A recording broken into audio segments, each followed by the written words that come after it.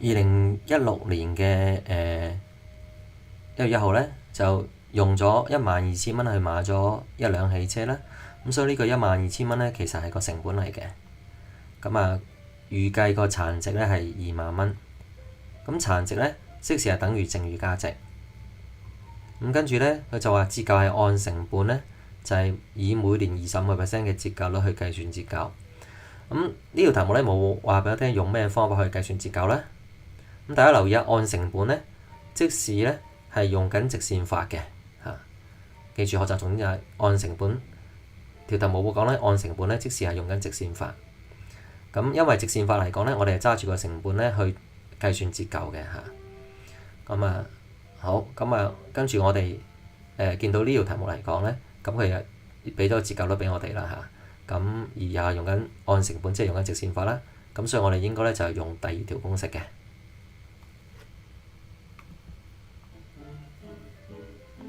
好啦，因為第二條公式呢係有個折舊率嘅。咁我哋而家嘗試計一計呢，每用一年嘅折舊呢，究竟係幾多啦？咁啊，代翻條式落去就得㗎啦。咁啊，等於成本啦。咁啊，成本係12,000蚊啦，呢一度。咁啊，收翻落呢一度啦。然後減翻佢估計剩餘價值，即係殘值啦。咁我減翻個殘值出嚟啦嚇，2,000蚊。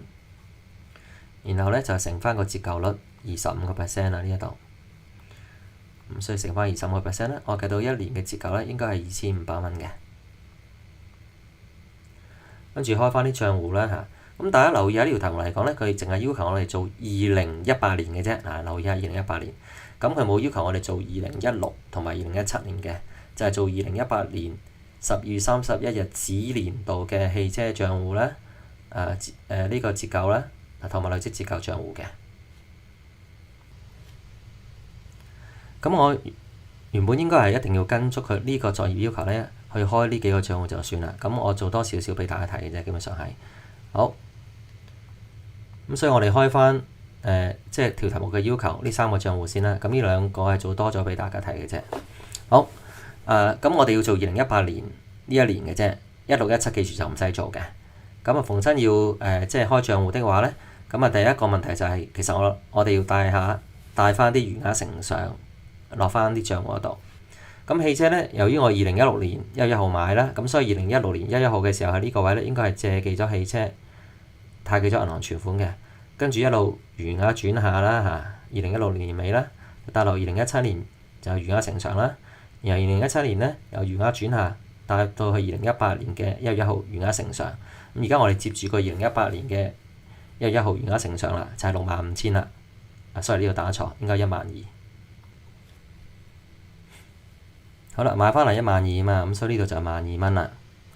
好啦，咁跟住呢，我哋呢就需要呢，就係帶埋呢個嗱，呢個有汽車啦，咁你用咗2年㗎嘛，咁所以我哋一樣係要即係個累積折舊應該有個餘額喺度嘅，係咪？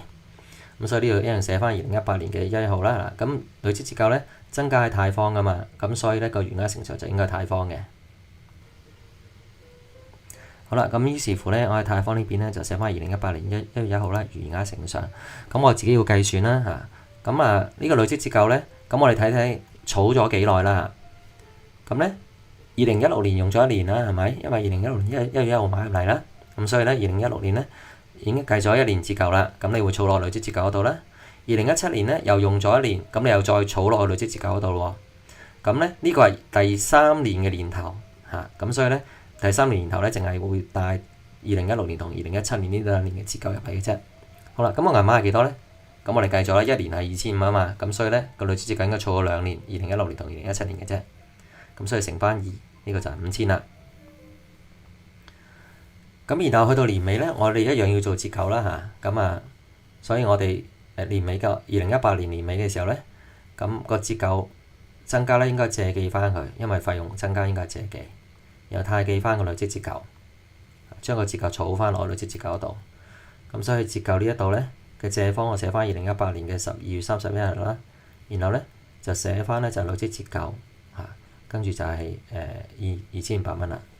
咁累積折舊呢個貸方呢，我哋又寫翻折舊啦，因為呢個增加呢係來自折舊儲落嚟㗎嘛。咁所以2,500蚊呢咁所以呢度我要寫翻折舊啦嚇，跟住個銀碼係2500啦。咁然後年尾嘅時候，呢個折舊都係要取消佢啦嚇。咁我要太記個折舊啦，然後借記翻個損益帳。我寫翻2018年12月31號，寫翻對方帳號名，寫翻損益帳啦，2500。跟住呢個損益帳呢，費用呢個位呢，就寫翻折舊汽車25000啦。好，咁呢兩個複式方程已經做完㗎啦。然後最後尾我需要做翻個即係結平啦。咁所以汽車嘅結平呢，就呢度就寫翻2018年嘅12月31號。咁呢度呢，就寫翻餘額轉係12000蚊啦，平咗佢。咁折舊又平咗佢。好，咁累積折舊呢，我又要平咗呢個呢，貸方加埋7500啦。咁然後呢度呢，借方寫翻餘額轉係2018年12月31日，然後寫翻7500蚊。咁正常如果跟翻條頭嘅要求呢，其實而家我已經做完㗎啦，做呢3個就得㗎啦嚇，記住嚇。咁但係而家我做埋個財務狀況表啦嚇。咁呢個餘額係12000啦，咁我所以寫翻落去汽車12000啦，65000。呢個應該係12000 ，sorry。好，汽車個餘額係12000嘛，所以抄翻呢度12000啦。然後個累積折舊係7500啦，咁我減翻累積折舊7500啦。咁成本12000蚊減累積折舊7500咧，計到個帳面淨值呢，就應該係4500啦。